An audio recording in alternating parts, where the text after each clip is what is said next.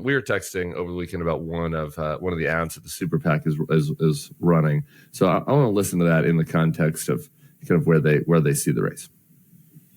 I'm running to fight for an America where the economy works for working people, where you only have to work one job to pay the bills, and where hard work is rewarded, where reproductive rights are not just protected by the Constitution of the United States, but guaranteed in every state, because that's our America. And that's the America I believe in. FFPAC is responsible for the content of this ad. So more money has been spent on that ad than any other piece of creative in the campaign so far. And it is just a little like, okay,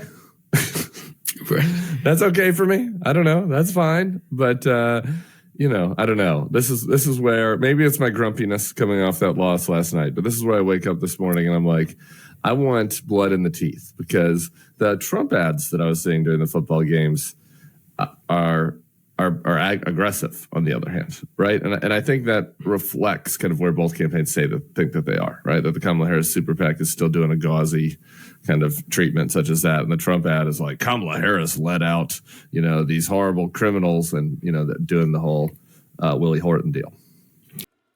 Folks, that was not a good look. Tim Miller talking with Billy, the I'm still a conservative Kristol. No, he's not. No, he's not. He's a neocon. And Tim Miller says he's a moderate conservative, a moderate Republican. No, he's not. He's a liberal Democrat. Anyways, that wasn't such a ringing endorsement from the Bullwark, was it? I mean, did that ad get you going? Did it have your juices flowing? Did it make your blood just, get up there and say, I'm going to do whatever it is that I can to vote for this person?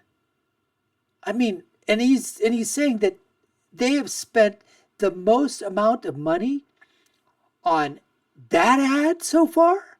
And like he said, he was watching the football games, and the Trump ads that were coming were just like, in your face, Kamala Harris is like the devil. I mean, right? Let's just go over that video, and I just want to get your reaction. Put it down in the comments. Is that a motivating ad? I mean, I'm surprised they didn't drop climate change in there. But they had to drop, obviously the abortion issue. I'm surprised that was number 2. I think they would have led with that. Let's just listen to this and watch it one more time. I'm running to fight for an America. An America! Where the economy works for working people, where you only have to work one job to pay the bills, and where hard work is rewarded, where reproductive rights are not just protected by the Constitution of the United States, but... Look at his face, folks.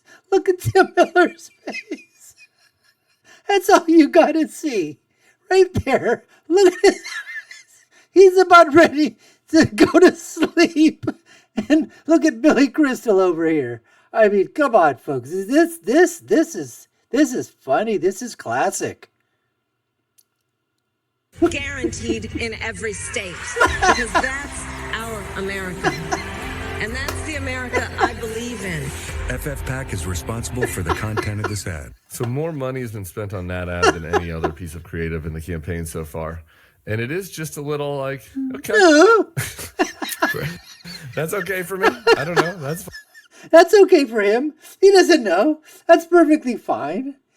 Inside, they're like going, really? This is the best that your creative ad agency can come up with? That we all need to work to get people work? We all need to do what we can to get people an abortion? And we all need to just...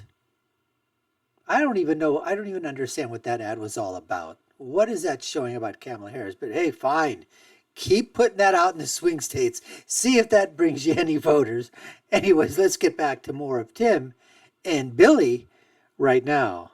Glass half full vibes kicked in over the weekend, too. I thought the terrible Trump behavior at Arlington, is it spinning the other way now? He's got the families out there saying they invited him. He's got a ton of people lying about, the rules at Arlington and so forth. Harris weighed in finally with a statement, but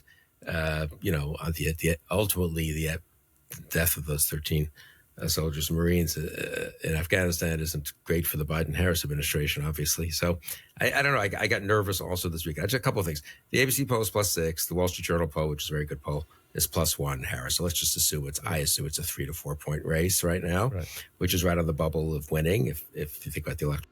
Again, they're using these push poll, folks. These push polls.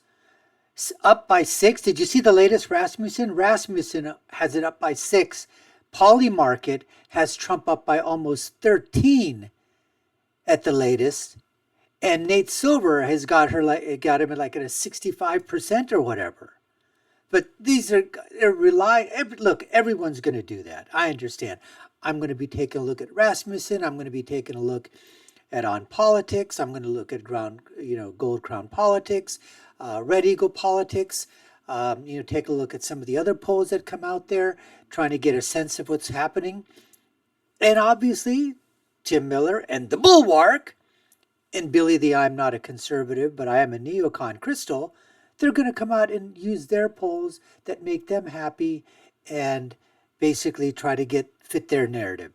All right? That's exactly what we're all trying to do. However, they need to understand that these push polls and these other polls that are coming out there that aren't all the best, Axios, forget it.